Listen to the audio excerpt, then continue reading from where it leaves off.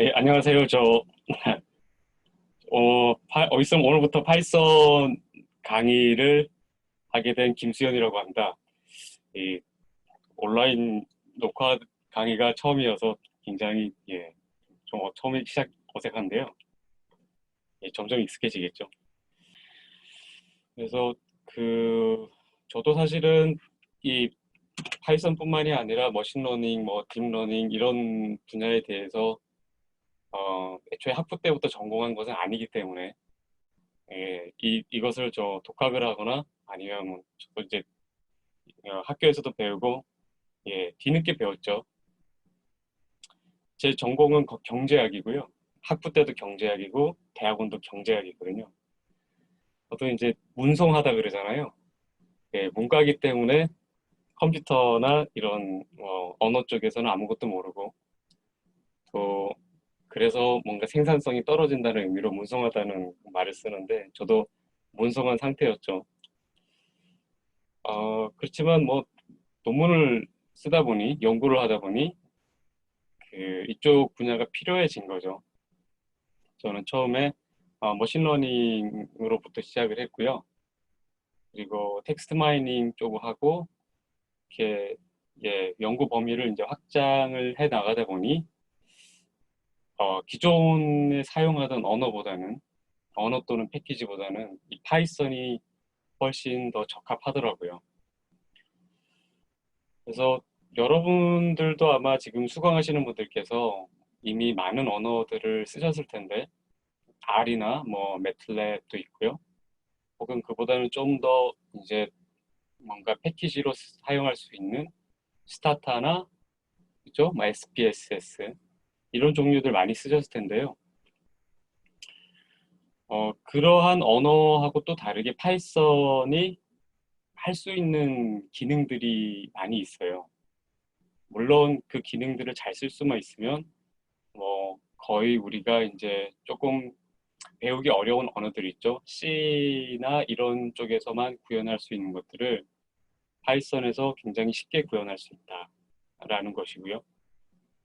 그리고 아무래도 R을 많이 쓰시고 계신데, R을 가지고 뭔가 머신러닝 이쪽을 하시다 보면 R이 좋습니다. R이 좋고 편하죠.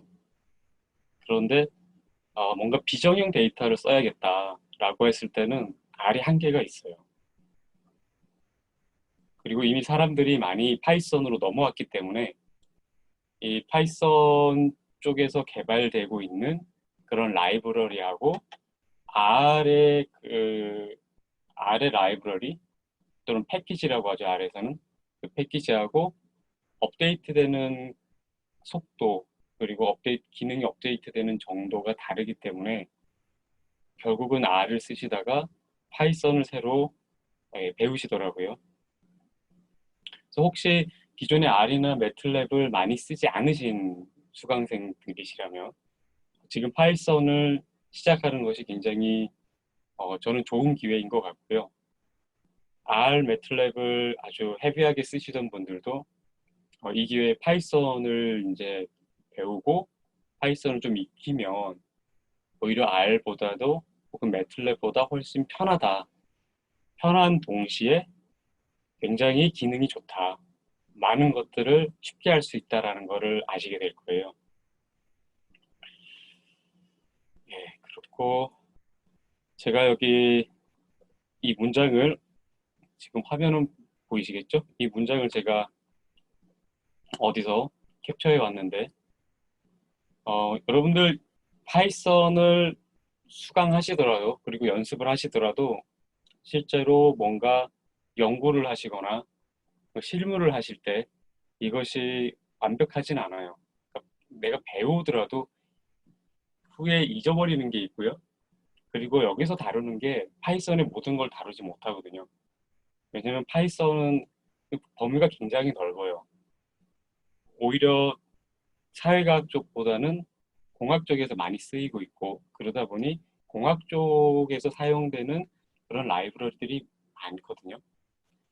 텐서플로우 같은 경우가 대표적인데 하지만 그것들을 우리 사회과학에서 쓸 수 없느냐라면은 그렇진 않아요. 사회과학에서 또 쓸 수 있기 때문에 배워가다 보면 점차 범위가 넓어지고 후에도 여러 가지 이제 스스로 공부하셔야 되는 부분도 있을 거고요. 그래서 이런 말을 우리 제이크 밴더플라스라는 분이 이 파이썬 교과서를 쓰신 분인데 이제 책 앞쪽에 이렇게 새겨 놓으셨어요. 데이터 사이언스 분야에서 훌륭한 전문가는 외우는 것이 아니라 효과적으로 어딘가 웹이나 뭐 책에서 찾아낼 수 있는 그런 기술을 가진 사람이다라는 말. 예. 이 말을 파이썬을 쓰면 쓸수록 점점 저도 와닿는데요. 자꾸 까먹거든요. 그래서 아까 말씀드린 대로 계속 공부를 해야 되는 부분도 있고 그런 필요에 의해서 인터넷을 계속 찾게 돼요. 그러면 인터넷에 있는 뭐 GitHub라든지 아니면 스택 오버플로우 있죠. 여러분들 아마 한 번쯤은 들어보셨을 텐데 그 스택 오버플로우나 GitHub에서 이 파이썬에 대한 팁이라든지 아니면 라이브러리의 어떤 디테일한 사용법 그리고 라이브러리를 자료가 통과해서 뭔가 결과가 나왔을 때 그 결과가 어떤 형태의 자료형이냐 이런 것들에 대해서 계속 이렇게 업데이트를 하시고 좀 공부를 하셔야 될 필요는 있을 것 같아요. 예, 그러면은 이제 파이썬 요 강의안을 바로 시작하기 전에 여러분들은 현재 제가 파이썬이 컴퓨터에 설치되지 않았다고 가정을 하고요. 파이썬을 설치하는 방법부터 일단 시작을 해보겠습니다. 일단 파이썬 사이트에 들어가면요. 파이썬 org 들어가시면 여기 다운로드라는 부분이 있어요. 다운로드에 이렇게 커서를 대면 다운로드 최신 버전이 여기 있죠. 예, 뭐 모든 릴리스를 찾아 들어가셔도 되는데 그럴 필요는 없고요. 3.8.3이 현재로선 최신인데 3.8.3을 그냥 다운로드 받으시면 돼요. 여기를 클릭하셔서 저는 이미 다운로드 받아놨죠. 다운로드 받으신 다음에요. 다운로드 받으신 파일을 그냥 이렇게 설치를 하시면 됩니다. 저는 이제 설치를 해놨는데요.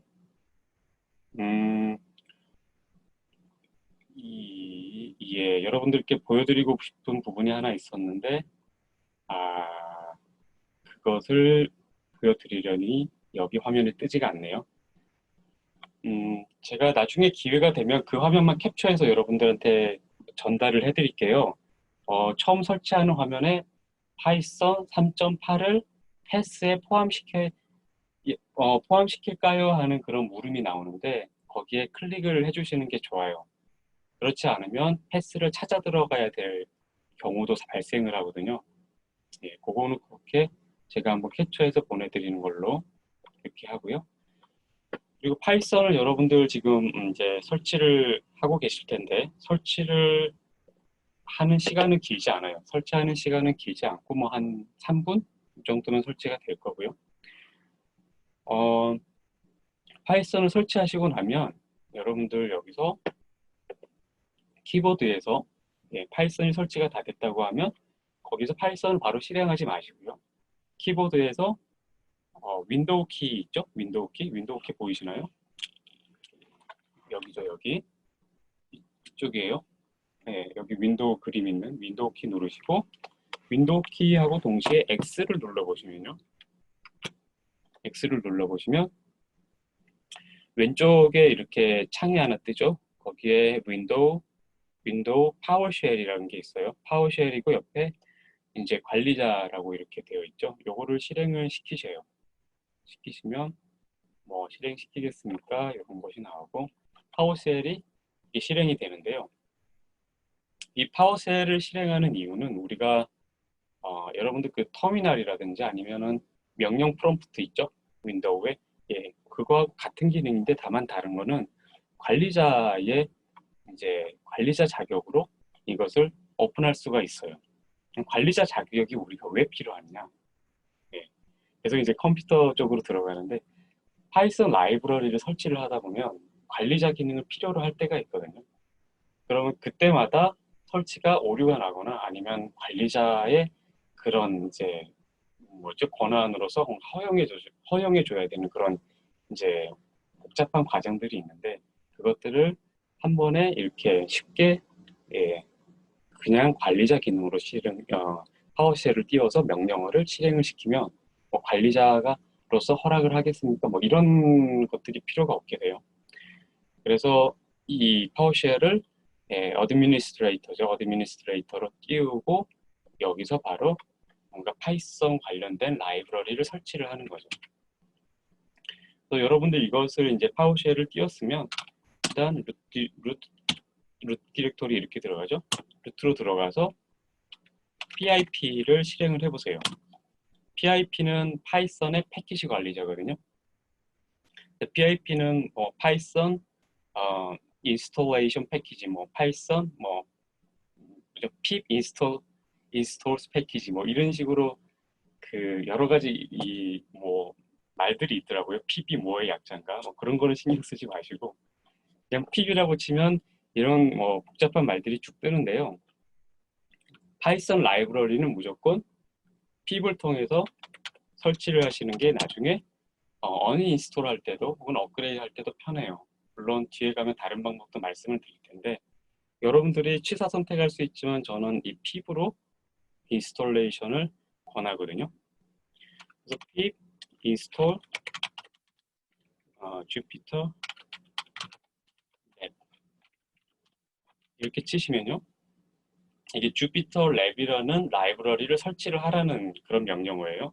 그럼 이렇게 입력을 하시면 저 같은 경우에는 지금 다 방금 설치를 했거든요. 설치가 돼 있기 때문에 다 이렇게 설치가 되었다고, 그렇죠?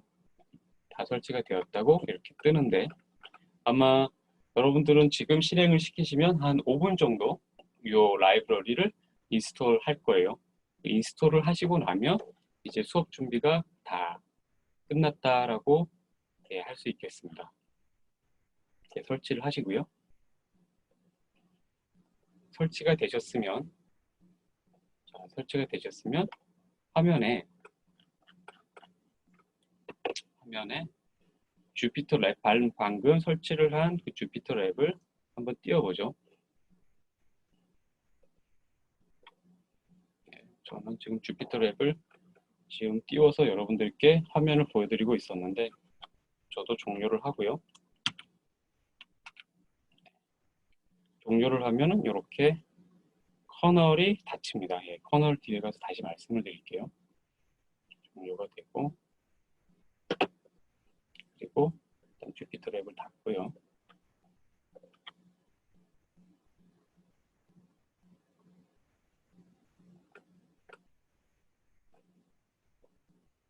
우리가 파이썬을 설치하고 그 뒤에 파워쉘에서 파이썬의 라이브러리를 인스톨하고 이거 외에는 이 부분을 파워쉘을 건들지 않을 거기 때문에 여러분들은 뭐 이게 너무 복잡한 뭔가 컴퓨터 관련된 랭귀지를 지금 수업을 듣는 것은 아닌가 그렇게 걱정하실 필요는 없어요. 그런데 이것이 완전히 닫히질 않고 있네요.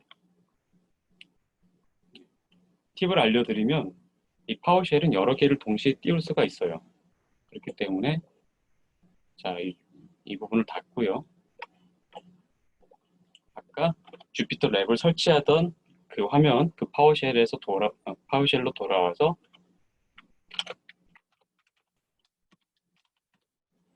주피터 랩이라고 명령어를 넣으면요. 주피터 랩이 실행이 돼요. 제가 주피터 랩이 무엇인지는 또 차차 설명을 드릴게요. 그럼 이게 주피터 랩의 화면인데요.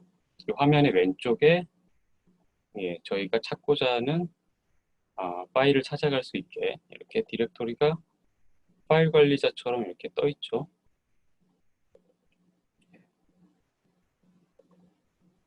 찾아왔습니다. 그러면 주피터에서 띄울 수 있는 파이썬의 코드들은 여기 왼쪽 화면에 보는 것처럼 이렇게 주황색으로 표시가 돼 있죠. 이것들은 다 주피터 랩에서 열어볼 수가 있어요. 첫 번째 파일을 열어보면요.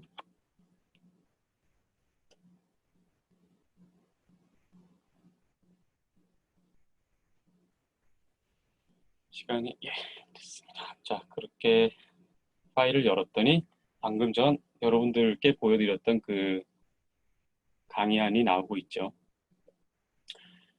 그래서 이 주피터 랩이 여러 가지 장점이 있는데요. 첫 번째로는 여기 아래에 있는 이것들은 전부 텍스트죠. 텍스트고 그 다음에 이렇게 하나의 셀로 이렇게 셀로 화면에 보이는 것처럼 이게 하나의 셀이거든요. 이 셀 안에 코드를 넣어서 실행을 시킬 수가 있어요. 이런 식으로 셀 하나하나를 실행을 시키다 보면 우리가 원하는 알고리즘들이 완성이 되거든요. 기존의 R이나 매틀랩처럼 한 화면에 코드를 전부 넣고 실행을 시키는 것이 아니라 주피터는 셀 단위로 한 줄 또는 뭐 여러 줄 내가 원하는 분량만큼 코드를 넣고 그걸 실행을 시켜서 바로바로 결과를 확인할 수가 있어요. 그 결과를 바로 확인할 수 있다는 게 어떻게 보면 되게 장점이에요. 그래도 제가 뭔가 코드를 짰는데 이것이 실행을 시켜보니까 에러가 나잖아요. 원래는 뭐 디버깅을 통해서 그거를 찾아가야 되는데 그 과정이 또 어떻게 보면 험난하죠. 복잡할 수 있는데 이 주피터 랩에서는 이렇게 셀 단위로 한 줄, 두 줄씩 실행을 시켜봐서 내가 지금 입력하는 코드가 맞느냐 그거를 즉각 확인을 하고 피드백을 받을 수가 있어요. 그런 측면에서 처음 뭔가 배우는 입장에서는 굉장히 도움이 될 것 같고요. 그리고 개발자들도 사실은 이 주피터 랩을 굉장히 많이 씁니다. 가장 많이 쓰는 ID라고 해서 어, 이 파이썬을 편집하고 실행시킬 수 있는 그런 이제 도구들인데요. 가장 많이 쓰는 ID이고요. 그 개발자들도 이거를 셀별로 다 코딩을 한 다음에 이게 워킹하면은 나중에 이것들을 모아서 하나의 클래스로 만들기도 하고요. 클래스를 다시 설명을 드릴게요. 하나의 알고리즘으로 완성하기도 한다. 그래서 모든 시작은 일단 주피터 랩에서 시작하는 것이 가장 좋습니다. 그럼 이제 강의를 본격적으로 시작을 해봅시다. 자, 파이썬이란 여러분들 파이썬을 이미 알고 계신 분도 계실 텐데 파이썬을 이미 쓰고 계신 분도 계실 거고요. 그래서 파이썬이 어떻게 생겨났는지는 잘 알려져 있죠, 사실. 이 여기 귀도 반 로썸이라는 분, 네덜란드의 이제 프로그래머였는데 89년 크리스마스 때 이제 연구실이 문을 닫으니까 심심해서 집에서 본인이 만들어 봤다는 거죠. 그렇죠? 좀 더 쉽게 교육용으로 프로그램을 처음 접하는 사람이 좀 더 이제 이게 랭귀지가 무엇인가 이거를 알려주기 위해서 만들었다고 해요. 하지만 쉽게 만들었기 때문에 향후에 더 많은 사람들이 파이썬을 이용하게 되는 그런 계기가 된 것 같아요. 그리고 무료고요, 물론 오픈 소스고 대표적 인터프리터 언어다. 인터프리터 언어라고 하는 것은 여러분 뭐 언어를 다 코드를 다 짠 다음에 이것을 통째로 컴파일을 해서 컴퓨터에 실행을 시키는 게 아니라 한 줄씩 한 줄씩 한 줄씩 이렇게 실행시킬 수 있는 그런 언어라는 뜻이고요. 현재 가장 인기 있다고 제가 말씀을 드릴 수 있을 것 같아요. 이코노미스트 기사로도 파이썬이 나왔고요. 현재 경제학, 경영학 쪽에서도 파이썬을 계속 배우고 있죠. 학교에서도 그렇고 저희 한국은행에서도 젊은 직원분들은 입행하신 지 얼마 안 되신 분들은 파이썬은 많이들 배우세요. 배우고 오신 분도 계시고요. 그래서 파이썬은 어떻게 이용해야 되느냐? 아까 여러분들이 설치하신 그 파이썬 파일만 가지고는 파이썬 코딩을 하기가 굉장히 어렵습니다. 물론 파이썬을 그 설치한 후에 뭐 커맨드 프롬프트나 아까 제가 보여드린 이 파워쉘이요. 여기서도 실행을 해서 파이썬의 코드를 실행을 바로 시킬 수는 있어요. 하지만 저장하기도 힘들고요. 그렇죠? 여러 가지 이제 이 딱딱한 이 텍스트만 있는 환경에서 여러분들 이걸 실행시키면서 뭔가 내가 파이썬의 개념을 잡아가겠다라고 하는 거는 굉장히 쉽지 않은 일이다. 그래서 이런 아이디가 필요해요. 근데 여러 가지 아이디도 있고 여러 가지 방법이 있는데요. 첫 번째로는 이제 구글 콜라보러토리. 콜라보러토리에 접속을 하시면 이거는 이제 여러분들이 컴퓨터에 뭐 파이썬을 설치하지 않아도 심지어 이게 작동이 가능하거든요. 온라인으로 이제 파이썬을 쓰는 거죠. 설치 없이 인터넷으로 연결을 해서 여러분들 구글 드라이브를 특히 많이 쓰시면은 이 콜라보러토리가 굉장히 좋습니다. 왜냐하면 구글 드라이브에서 바로 자료를 불러와서 작업 결과를 다시 드라이브로 저장할 수가 있거든요. 그리고 코웍도 굉장히 편해요. 왜냐하면 구글 드라이브를 쓰기 때문에 파일을 작성해서 바로 공유를 하면 되니까요. 근데 콜라보러토리가 그런 이점도 있고, 또 하나 장점은 머신러닝 하시는 분들은 구글에서 제공하는 GPU를 쓸 수가 있어요. 물론 제한적으로 사용을 하는 건데, 뭐 제한적 사용이라고 하는 것이 기능을 제한적으로 사용하는 것이 아니라 시간이 정해져 있거든요. 그래서 그 사용 시간을 넘기면 자동적으로 액세스가 막혀요. 그래서 뭔가 딥러닝을 하고 계신데 이게 8시간이 넘어간다. 그럼 거의 훈련하던 중에 끊길 가능성이 높다. 하지만 그 안에서 이런 GPU를 쓰실 거라면 아주 훌륭하죠. 아주 최신 사양을 GPU로 최신 사양을 쓰고 있는 걸로 알고 있어요. 그래서 GPU 여러분들이 이제 GPU 머신러닝 할 땐 GPU가 필요하거든요. 그래서 설치를 해보시면 아시겠지만 한번 가격 검색을 해보시면 아시겠지만 컴퓨터 한 대 가격이에요. GPU 하나가. 그런데 이렇게 콜라보러토리에서 바로 사용할 수 있으니까 무료로 사용할 수 있으니까 굉장히 이점이죠. 아나콘다라는 게 있는데 이 처음에 파이썬을 이번 아나콘다라고 되어 있는 이 부분이요. 파이썬을 여러분들이 처음에 인터넷에 이렇게 검색을 하면 아나콘다를 굉장히 많이 추천을 해요. 아나콘다 추천을 하는데 아나콘다가 좋죠. 여러 가지 이제 이런 ID라든지 뭐 심지어 R도 아나콘다 안에 이렇게 넣어둘 수도 있고 뭔가 이렇게 패키지를 한 대 담아서 윈도우처럼 딱딱딱 실행시키기에는 아나콘다가 좋죠. 이것도 역시 패키지 관리자인데 아까 제가 보여드린 PIP, 핍하고 비슷한 기능을 하기도 하고요. 그래서 편리하다라고 하는데 저는 아나콘다를 추천하지 않습니다. 왜냐하면 아나콘다는요 굉장히 프로그램이 무거워요. 실행하실 때 시간이 많이 걸리고요. 그 아나콘다 자체가 일단 메모리를 많이 차지를 하죠.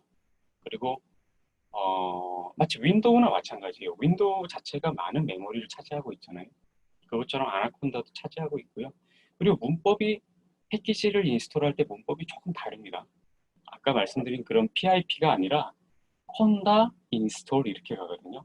그런 측면에서 처음 이제 파이썬을 익히는 측면에서는 조금 이제 혼돈이 있을 수 있고, 그리고 결정적인 것은 아나콘다에서 라이브러리를 설치하시면 아나콘다의 디렉토리로 라이브러리가 설치가 돼요.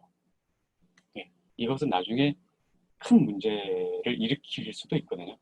다시 말해서 인스톨을 제가 아나콘다에서 했다가 아니면 다른 이제 여러분들의 PC만 쓰는 게 아니라 뭐 노트북도 쓸 수 있고 여러 가지 쓸 수 있잖아요. 근데 여러분들이 이제 맥북을 쓴다고 할 때 맥북을 쓰게 되면은 거기 이제 맥북하고 좀 다른 윈도우가 좀 다르거든요. 그래서 여기서 맥북에서 작업하고 저기서는 이제 윈도우 PC에서 작업하고 근데 저기는 아나콘다가 있고 여기는 아나콘다가 없다 이렇게 됐을 때 라이브러리가 뭔가 작동을 하지 않을 수도 있다. 그죠? 아까 말씀드린 그 설치된 패스가 달라서일 수도 있고 여러 가지 이유로 서로 좀 호환이 안 될 수도 있어요. 그래서 저도 처음에는 아나콘다를 쓰다가 지금은 안 쓰거든요. 충분히 써보고 말씀드린 것인데 혹시 여러분들 그래도 아나콘다가 편하다 하시면 아나콘다를 쓰셔도 돼요. 참고로 아나콘다는 뱀 이름이죠. 그렇죠? 파이썬도 뱀이고요. 그 세 번째 파이참 같은 것들이 있어요. 파이참 여기 파이참 있죠. 이 파이참은 여러분들 자주 쓰셨을 법한 매틀랩이나 R과 같은 그런 화면을 보여줘요. 아까 말씀드린 대로 코드를 쭉 쓰고 그것을 한꺼번에 실행시키기 좋고요. 그리고 코드 부분 생성된 그 데이터베이스라든지 그 자료들을 바로바로 확인도 할 수 있게끔 되어 있어요. 그런데 파이참은 처음 배우실 때는 좀 아까 말씀드린 좀 어려운 부분이 내가 코드를 실행시키고 어디가 잘못됐는지를 파악하기가 그렇게 쉽지는 않아요. 그래서 제가 오히려 추천하는 방법은 주피터 랩에서 코드를 쭉 작성을 하시고 그것들을 그냥 이런 파이참이라든지 그렇죠? 예, 뭐 스파이더 이쪽으로 옮겨서 실행시키는 것이 오히려 훨씬 좀 실수를 더 줄이고 예, 좀 고생을 덜 할 수 있다. 저는 그렇게 생각을 하고요. 하지만 파이참은 정말 이제 전문적인 개발자분들은 많이 쓰세요. 물론 파이참은 그 정도 레벨에서 쓰시는 파이참은 무료는 아니에요. 네, 저희가 이제 쓸 수 있는 무료 버전도 있지만 무료가 원체는 무료가 아니라는 거. 그리고 저희가 지금 하고 있는 거 4번 파이썬을 직접 설치하고 주피터 랩을 설치를 해서 이렇게 쓰는 거예요. 주피터 랩은 이전에는 주피터 랩이 아니라 주피터 노트북이었어요. 아직도 노트북이 있어요. 노트북이 있지만 주피터 랩은 지금 보시는 것처럼 여러 가지 화면을 한 브라우저 안에 띄워놓을 수 있는 기능이 있고요. 주피터 노트북은 하나하나 실행시킬 때마다 이 브라우저 자체가 새로 떠요. 전체 브라우저가 뜨기 때문에 여러 가지 이 코드를 띄워놓고 쓰기에는 주피터 랩이 더 편리하다. 그래서 저희는 주피터 랩을 기본으로 수업을 하려고 합니다. 그렇고요. 그래서 주피터 랩에 대해서 좀 제가 적어놨는데요. 예, 목성의 그 주피터 아니죠? 일단 대화형 파이썬의 브라우저, 대화형 파이썬, 인터랙티브 파이썬이죠. 아이파이썬 기본으로 만든 브라우저 기반 인터페이스다. 브라우저 기반이라고 하는 것은 이 아이디를 띄우면 여러분들 익스플로러 내지는 구글 크롬이 떠요. 크롬 화면 또는 익스플로러 그 화면에서 여러분들이 코딩을 하시는 거예요. 좀 생소하실 수도 있는데 어떻게 인터넷 검색하는 브라우저에서 코딩을 하나요? 그렇게 만들어 놨어요. 그래서 이 주피터 랩이 또 재밌는 점이 여러분들 그 서버가 있어서 서버가 있고 클라이언트가 있죠. 여러분 터미널이 있고요. 서버가 있을 때 서버라고 하는 것은 여러분 이제 개념을 아마 아실 텐데 그 서버라고 하는 것은 굉장히 큰 컴퓨터잖아요. 고성능 컴퓨터고 많은 사람들이 동시에 접속해서 작업을 할 수 있는 그런 고성능 컴퓨터일 텐데 그 서버를 이용해서 작업을 할 때는 이 랩이 굉장히 편리합니다. 왜냐하면 브라우저이기 때문에 여기 주소가 있잖아요. 이 주소로 접속을 하면은 마치 여기에서 작업을 하는 것이 작업은 여기에서 터미널에서 여러분 컴퓨터에서 하는데 접속이 되어 있는 서버에서 파이썬이 돌아가는 거죠. 예. 그래서 또 주피터 랩이 이점이 있고요. 두 번째 그래서 파이썬과 커널로 연결하여 작업을 수행시키는 프론트엔드다. 이 어려운 말이 나왔는데 프론트엔드라고 하는 것은 프론트엔드가 있고 백엔드가 있어요. 프론트엔드는 여러분들이 보는 화면, 여러분들이 작업하는 화면은 프론트엔드라고 하고요. 하지만 프론트엔드인 주피터 랩 자체가 프로그램 기능은 있는 것은 아니죠. 그래서 파이썬에서는 열심히 작업을 하고 있고 여러분들이 보는 이 프론트엔드에서는 이런 코딩을 하거나 아니면은 문서를 만들어서 이렇게 눈으로 직접 확인할 수 있는 거죠. 그래서 이런 프론트엔드에 해당하는 것이 주피터 랩이고요. 아까 말씀드린 대로 파이썬은 백엔드가 되겠죠. 그렇죠? 가장 많이 이용이 되고요. 그리고 노트북에서 발전한 형태다. 제가 말씀드렸고요. 코드셀과 텍스트셀로 구성이 되어 있어요. 그래서 코드셀은 아래에서 보시는 것처럼 이런 코드를 실행시킬 수 있는 코드셀이고요.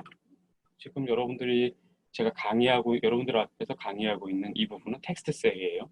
그래서 텍스트만 적어 놓으면 이렇게 실행을 시켜보면 그냥 텍스트로서 출력이 되지 파이썬이 뭔가 작업을 하거나 하진 않아요. 그럼 코드셀은 뭐냐? 자, 코드셀을 한번 실행을 한번 시켜볼게요. 이렇게 실행을 시키면은 뭔가 아래에는 결과가 나오죠. 그렇죠? 그 실행을 시키는 방법은 이제 키보드로 실행을 시키는 방법이 세 가지인데요. 물론 여기 이렇게 해서 런으로 할 수도 있겠지만 할 때마다 마우스로 실행시키기는 불편하겠죠. 그렇죠? 또 실행시키는 방법은 컨트롤 엔터를 누르는 방법이 있고요. 텍스트 셀도 마찬가지입니다. 여기 더블 클릭을 해보면 이렇게 코드가 나오죠. 텍스트 코드가 나오는데 이 텍스트 코드를 넣고도 오류가 안 나는 거는 아까 말씀드린 대로 이것은 텍스트 셀이기 때문이죠. 여기에 커서를 두고 작업을 한 다음에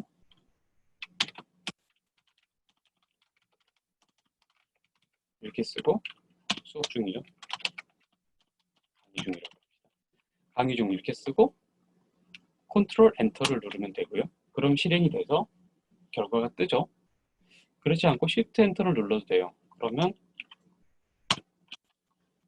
커서가 하이라이트가 다음 셀이 되어 있죠. 그래서 Shift 엔터를 누르면 계속 이렇게 아래로 내려가면서 하나씩 셀을 실행시킬 수 있는 거죠. Alt 엔터는 잘 쓰지는 않는데요. 여기서 Alt 엔터를 누르면 밑에 빈 셀이 하나 생깁니다. 빈 셀을 보시면 여러분들 왼쪽에 이렇게 꺽쇠 가루가 있죠. 꺽쇠 가루가 이렇게 나타나면 그거는 코드 셀이에요. 코드 셀이고요. 이것을 자 여기 프롬프트를 없애고요. 없애고 여기를 클릭을 한번 해보세요.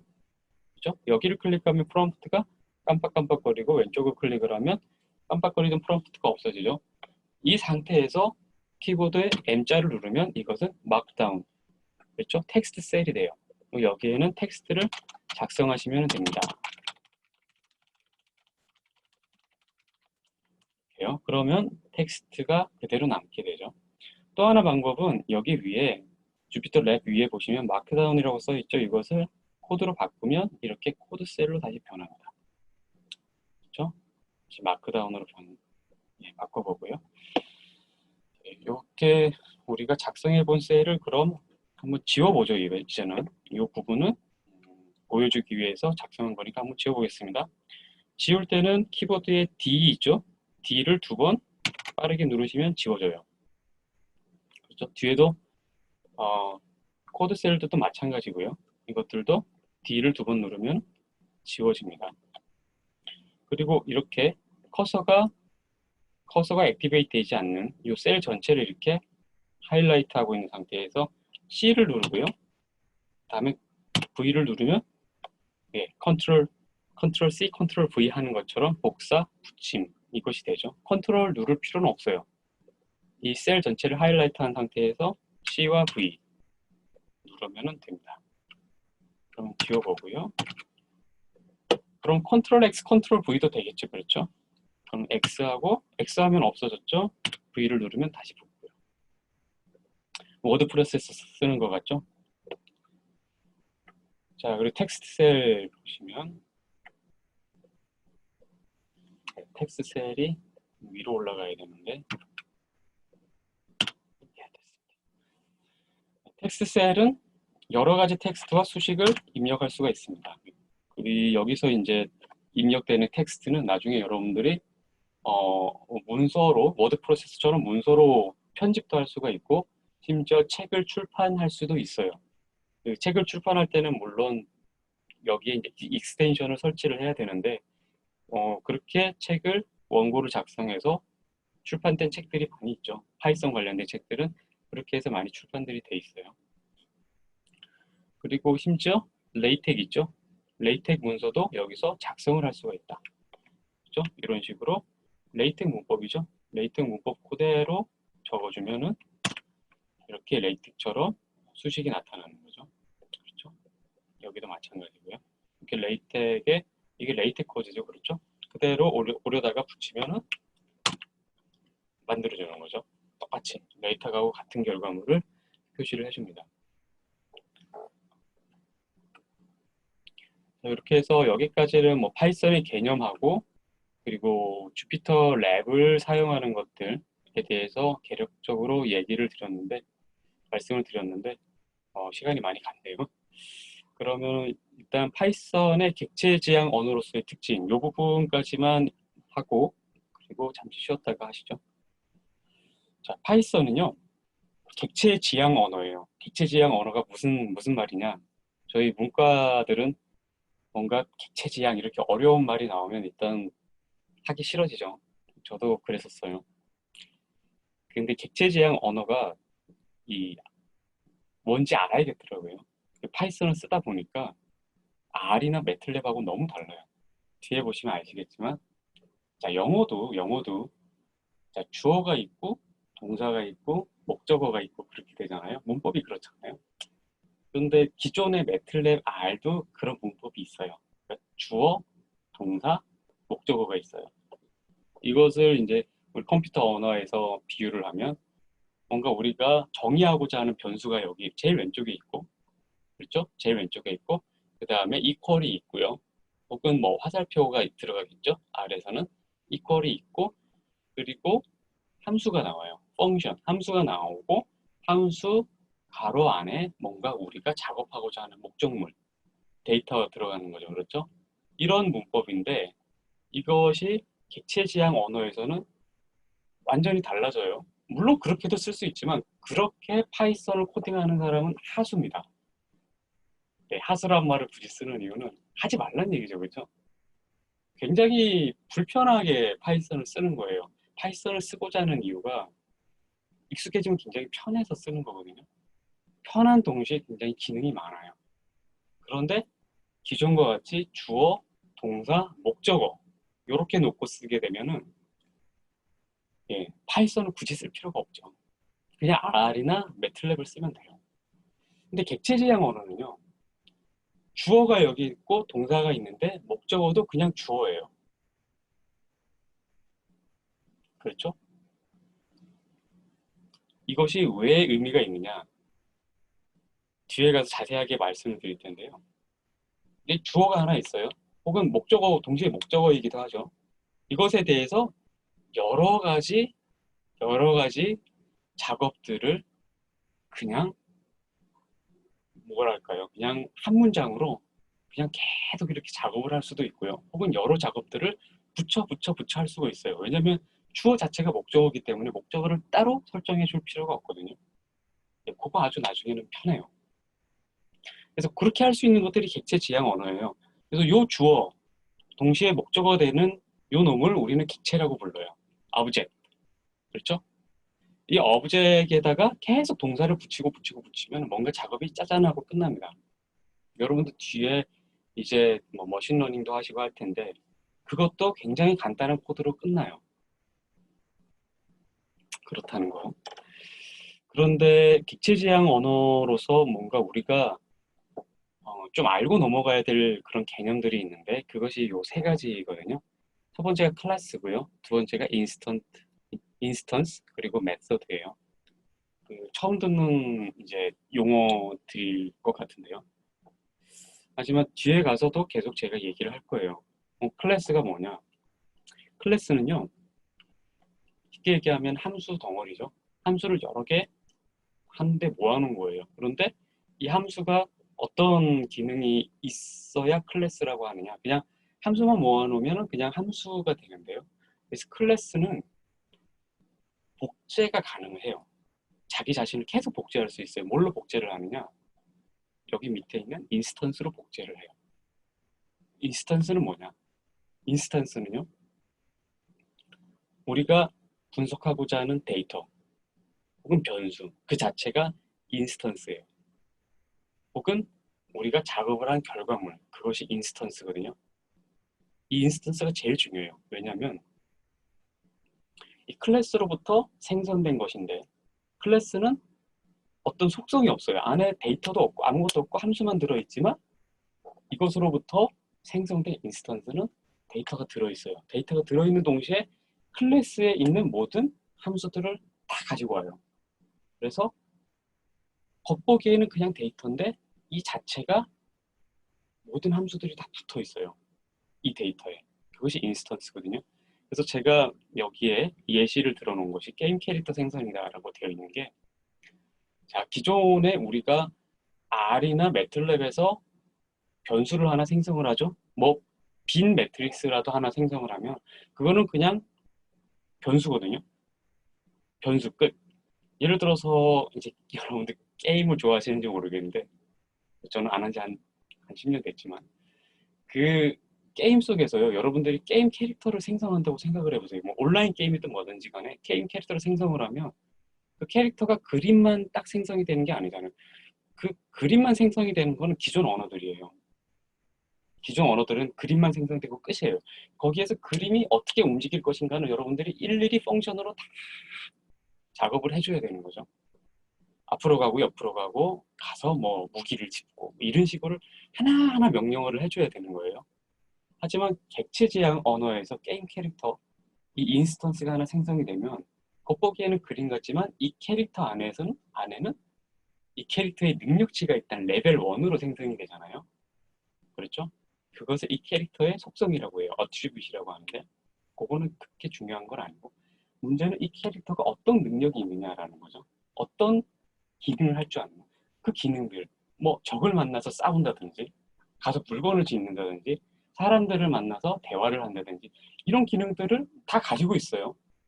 게임 캐릭터 생성만 했는데 그 모든 기능, 사람과 같은 기능들을 다 가지고 태어나죠. 그렇죠? 그것이 인스턴스예요. 파이썬에서도 모든 자료들이 그렇게 기능을 가지고 태어나요. 그래서 인스턴스다. 이해가 좀 가셨는지 모르겠는데 제가 뒤에 또 계속 강의를 하면서 말씀을 드릴게요. 천지차이죠. 그렇죠? 게임 캐릭터 생성을 했더니 그림만 보여주더라. 그림만 출력해 주더라 하는 거하고 하나의 캐릭터, 사람과 같은 뭐 인공지능 같은 그런 캐릭터 하나를 생성을 해주더라. 이것은 천지차이죠. 그렇죠? 파이썬에서는 게임 캐릭터를 생성을 해준다. 이런 정도로 이해를 하시고 계시면 됩니다. 그래서 굳이 뭐 기존 언어들, 여러분들이 이제 쓰셨던 언어들을 이야기하자면 절차 지향 프로그래밍이다. 이렇게들 얘기도 해요. 그리고 메서드, 자, 1-3 메서드 보시면 메서드는 뭐냐? 클래스에서 다 정의된 함수들, 기능들이에요. 하지만 클래스가 자기 복제를 해서 인스턴스를 만들었죠. 그렇죠? 인스턴스도 그 기능들을 다 가지고 있어요. 그래서 인스턴스에부터 나오는 그 펑션들, 함수들, 그것들을 메서드라고 합니다. 메서드. 그래서 이 메서드를 가지고 다 코딩을 작업을 하는 거예요. 물론 절차 지향 언어들처럼 주어, 동사, 목적어식으로 쓰기도 하지만 일단 인스턴스가 생성이 되고 나면 메서드를 통해서 대부분 작업을 하게 돼요. 이것이 이제 파이썬의 가장 큰 특징이고요. 물론 이게 객체 지향 언어들의 특징이죠. 하지만 기존의 C나 자바하고 좀 다른 건 파이썬은 이 인스턴스 생성이 굉장히 쉬워요. 기존의 C나 자바 이런 언어들요. 뭐 문과생들이 흔히 접근하기 어려운 그런 언어들하고 기능은 같지만 생성하기가 더 쉽다. 그렇죠? 생성하기가 쉽기 때문에 사용하기도 더 쉽다. 그렇죠? 뭐 그런 거죠. 뭐 비유를 꼭 들자면 여러분들이 운전면허만 가지고 있어요. 운전면허만 가지고 있는데 비행기는 조종을 못 하잖아요. 운전면허 가지고. 하지만 운전면허를 가지고 조종할 수 있는 비행기가 나왔다. 이렇게 보시면 될 것 같아요. 그렇죠? 그래서 기능은 굉장히 파워풀한데 C나 자바 같은 기능을 다 가지고 있는데 사용 방법은 기존의 매틀랩 R 그 수준이고 오히려 더 쉬울 수도 있다.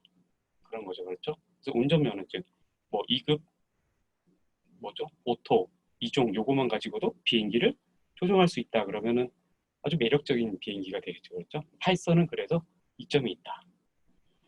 이렇게 이제 파이썬의 특징까지만 말씀드리고요. 요 다음 시간에 이제 자료형에 대해서 하나하나 들어가 보죠. 일단 1교시는 여기까지 하겠습니다.